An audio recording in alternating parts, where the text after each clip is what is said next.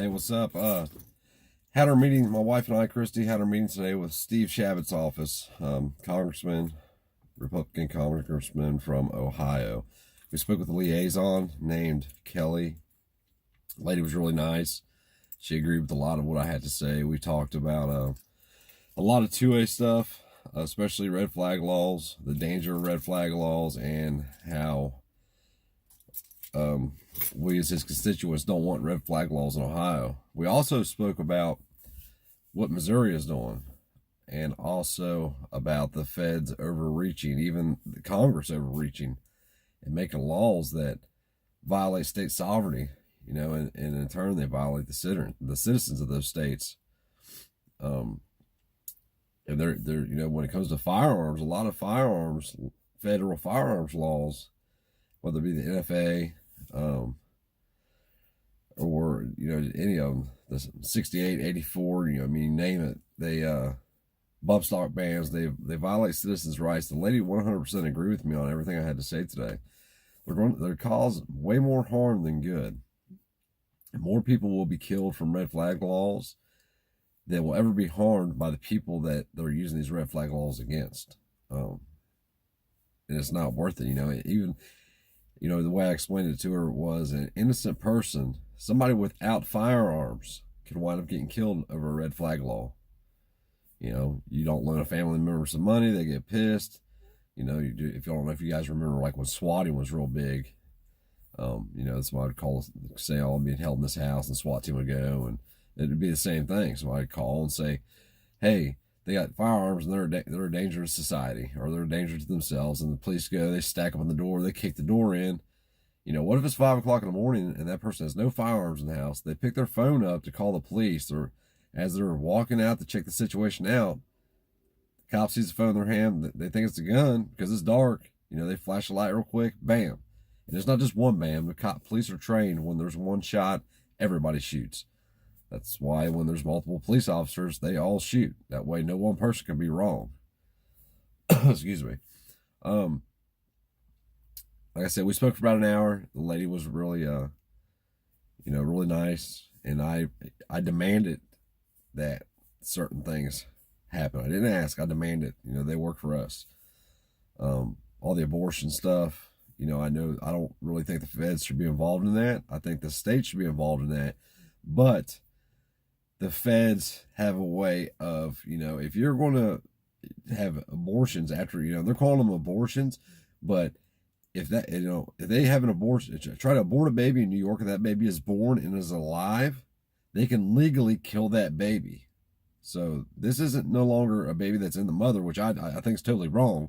This is a breathing baby that's already been born where the abortion failed. And they can still kill that child.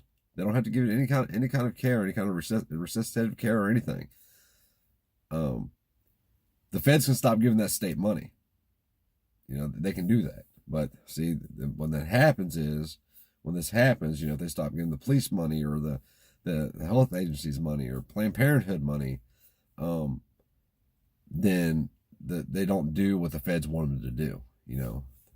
If our local police station didn't have 2 MRAPs, which I don't know what the fuck they need them for, the police station wouldn't do what the feds say. That's the feds' way into the state. That's their invitation in, because they have to be invited in to enforce laws in the state, unless it's federal land that they've purchased through the legislature of the state. But that's a whole nother video.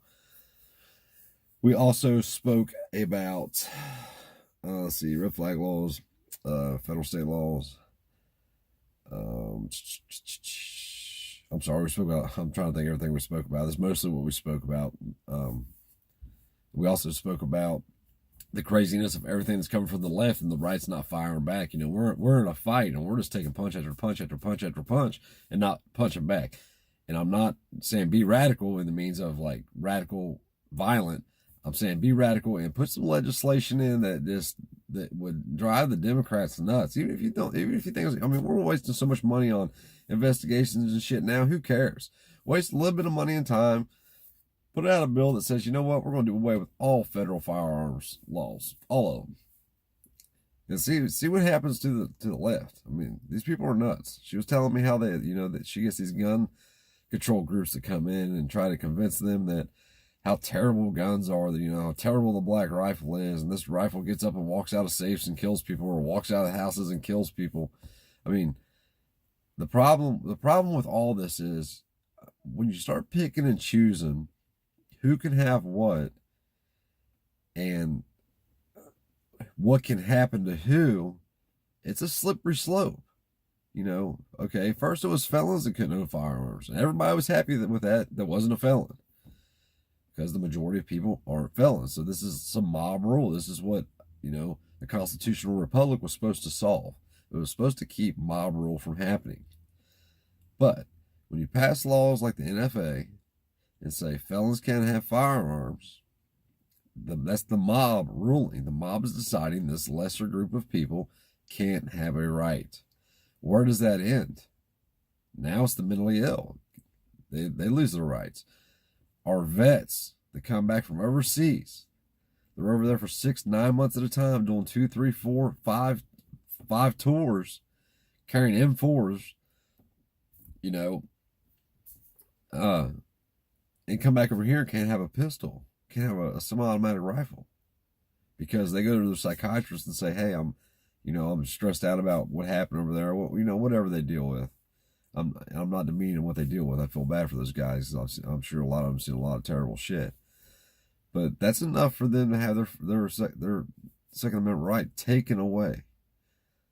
A right's not something that's to be taken. A privilege can be taken away. They can take my driver's license if they want to, which I'd probably drive anyway, but they can't take a right. A right wasn't given to me. My rights were given to me by birth. That's a fact. It's just the way it is. We spoke about that a little bit. And, the lady agreed with me. She agreed with everything I had to say. But hopefully it goes somewhere. We also bitched about Obamacare. My insurance through my work is $263 a week for myself, my wife, and my 2 children that live with me. I have four sons. 2 of them live with me. 2 of them are grown and out of the house. $263 a week. Think about that. $1,000 a month for medical insurance. And it's all because of Obamacare. And nobody's doing nothing to change it. There was some kind of ruling in the Supreme Court about it. I'm not really sure. I need to check into it. She was telling me about it. It was actually just ruled on this morning. We're going to look into it. But I know one thing. It don't affect my insurance. At least not for now. And, that's expensive. So, again, maybe we'll see how it goes. I didn't want to write my reps. I didn't want to email our reps. I don't believe that helps, because maybe that lady does sit there and read them all. She acted like she did because I asked her. She says she takes notes out of all of them. Then once a month they have a meeting and she kind of goes through who said what they want done, and that kind of thing. If she invited me back anytime I want to come back, I could come back and speak with her, on a whim, or email her, or stop in, whatever I want to do, which, I thought was all right. Hopefully it goes somewhere. The fight's not over. And like I told her, you're going to come to a point where one or two things are going to happen. Either A, the federal government makes so many laws, state governments are no longer necessary. If our state legislator can't make laws because the feds' laws override them, pretend wise in La La Land, there's no reason for a state government. Or the states are going to do like Missouri's doing and say, you know what, feds, we ain't got nothing for you. And then it's going to be a fight between the states and the federal government. Everybody remember the last time that happened? What happened? We had a civil war. That was what the Civil War was all about. It did have to do with slavery. It had to do with states' rights. The states' rights to make their own laws without the federal government interfering, which is the way it's supposed to be. But that set a kind of precedence for the way our country is now, and now the feds do what they want, and the states sit back and let them, because the feds funnel all this money that's stolen from us. And it's stolen. I got on that subject too. I want to opt out of Social Security. I want to opt out of it. I don't want it. When I turn 62 or 65 or whatever, you all can keep that shit. I want my money now. I want my back. I want whatever I paid into. I told her that. My money is being stolen. When I don't have a say And where that money goes, I don't have a say if I pay it or not, but I don't want to pay into Social Security, so that money's being stolen from me. And a couple of signatures on a piece of paper does not make that legal. It's still robbery. It's just a couple of people agreeing, and then it's okay. She kind of agree with me on that too. It was kind of funny. But anyway, contact your representatives, get in their face, tell them how you feel, tell them, what your thoughts are, how you feel, and what you will and will not tolerate. I told her there's some certain things personally I won't tolerate. If it gets to that point, I won't tolerate what they're doing. Anyway, like I said, just I know I'm repeating myself, but just email them, call them. They're not going to email you or call you back right away. Probably they may. If not, call them back. Call every day. Everybody you call, when you call that office, those people work for you. Don't forget that. They are not the authority. You are the authority over them. They are supposed to represent us.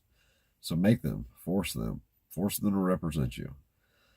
Y'all have a good day. Like, share the video. Thanks.